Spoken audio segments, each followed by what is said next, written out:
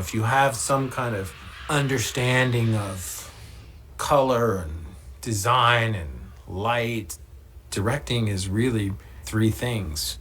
You're editing behavior over time, and then controlling moments that should be really fast and making them slow, and moments that should be really slow and making them fast. If you think that you can hide what your interests are, what your prurient interests are, what your noble interests are, what your fascinations are, if you think you can hide that in your work as a film director, you're nuts, you know? And I think that he was one of the first guys who said, I'm gonna go with it.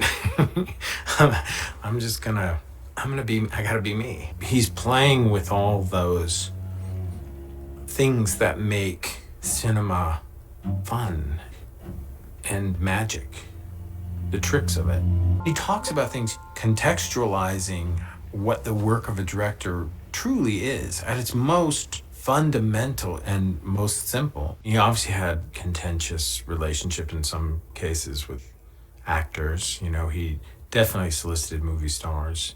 You know, there's no doubt in reading the book that he's very cognizant of the value of faces that people want to see, and sometimes the complications that come with that baggage. Acting, it's a great part of movie making, but it's not the only part of movie making. And I think Hitchcock was one of the first people to say, there is a structure to this language. He probably did more for the psychological underpinnings of characterization in motion pictures than anyone. And on top of it, wouldn't allow any of his actors to explore that kind of behavior on set. It was the rigor of dramatizing it in narrative terms and then not allowing for it to like spill over the edge of the buckets. I'd love to see De Niro, Pacino, Dustin Hoffman, to see that school of actor,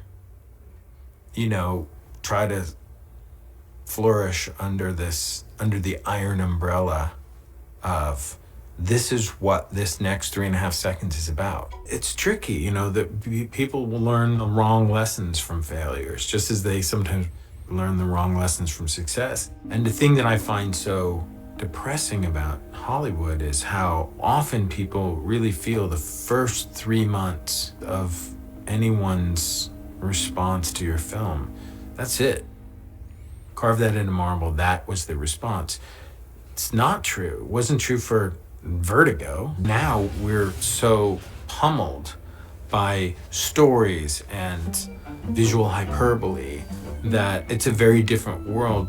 In trying to move the needle in terms of getting humans to accept your theses. Hitchcock's coming out of a world where everything was a proscenium and everything was structured, and he was able to take that structure and bend it and twist it and exaggerate it to greater or lesser effect. By the time you get to Psycho, people are watching television, and Ed Gein is informing what's happening in the movies.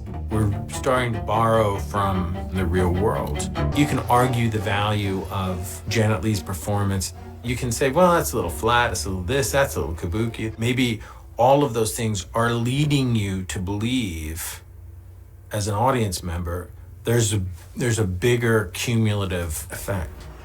She's servicing an expectation.